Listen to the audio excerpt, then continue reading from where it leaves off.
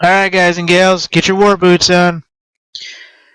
Russian Prime Minister, what's his name? Dmitry Medvedev has stated that the Arab coalition preparing ground forces in Syria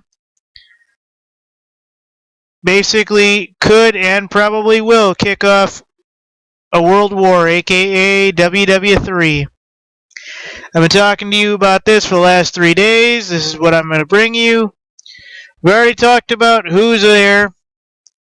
Supposedly, United Arab Emirates is leading nations in the coalition pushing for the deployment of ground troops in Syria, but we've also heard that they're actually staging it in Saudi Arabia since they're closer.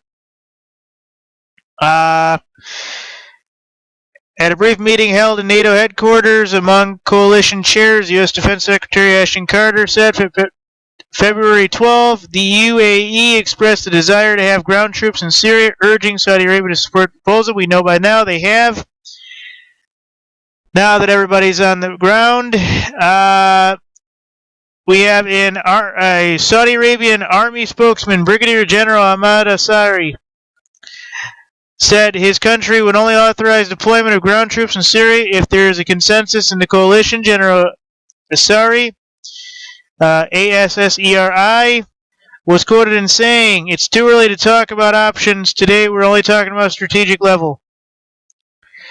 Observers say this statement by the Saudi Army chief shows disagreement within the coalition over the deployment, despite meeting from NATO headquarters by the Americans. This is also being talked about in Germany. German newspaper Handelsblatt, PM Medvedev was quoted as saying, "A ground operation draws everyone taking part into a war, the Americans and our allies." And then basically them saying that starts WW3. The Russians, too, are in Syria fighting against ISIS. Mr. Medvedev also criticized the U.S.'s refusal to collaborate with Russia in fighting ISIS in Syria.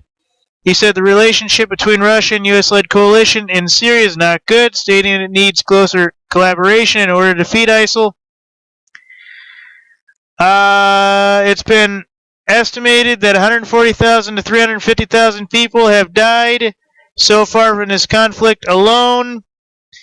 Al Jazeera estimated some 10.9 million Syrians, almost half the population, have been displaced. 3.8 million have been made refugees in other countries.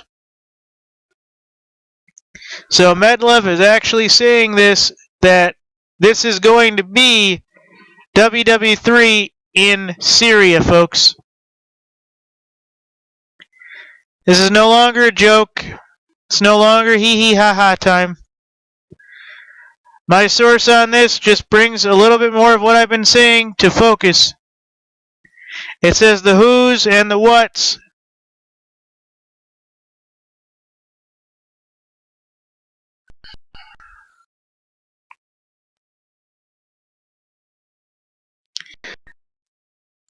Brings basically what I've been saying, folks, to light. Anonymous finally put this up. So they're finally getting the okay to talk about this thing going into a world war. Now what happens, folks? Let's go over the details. We have two primary players in Syria, Russia and the United States. Probably some 30,000 troops.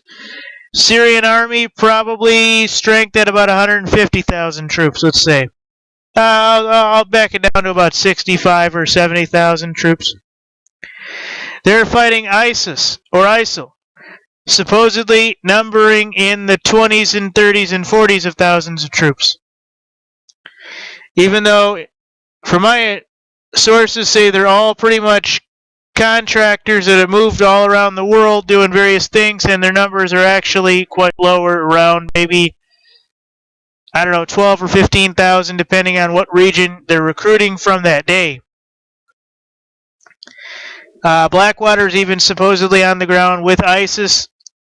That's what I've heard. It can't be officiated yet, but you guys get the idea on that. So, this is big, folks. This is getting out there. WW3 to happen in Syria. Thank you. And you know what happens if the Bible, if they go through with this, folks, and we go into Bible prophecy, that Arab coalition does not stop in Syria. They want oil. And so does Israel. Israel wants all of the oil, folks. In Syria. What happens when this 350,000 person army gets too close to Israel's border? It's going to start attacking. It's not going to wait. It's not going to listen for NATO or the UN. It is going to defend its borders, and it is going to come down to a bloodbath where everybody, if it actually comes down to it, basically has to fight Israel. I'm not telling you it will happen, but then basically that whole Arab army goes straight into Israel. That completes Bible prophecy, folks. I don't think it's actually going. I think they're going to draw back before they hit Israel. But 350 pissed off Arabs in a coalition that are there for oil, folks. You do the math and you do the economics of that. And all that oil they found in the Golan Heights area, oh my God. We're talking about trillions and trillions, if not quadrillions of barrels of oil, folks. In the Golan Heights, I believe it was, which is the part of Syria where Israel technically owns, technically doesn't own. Telling you folks, WW3, pass on the word.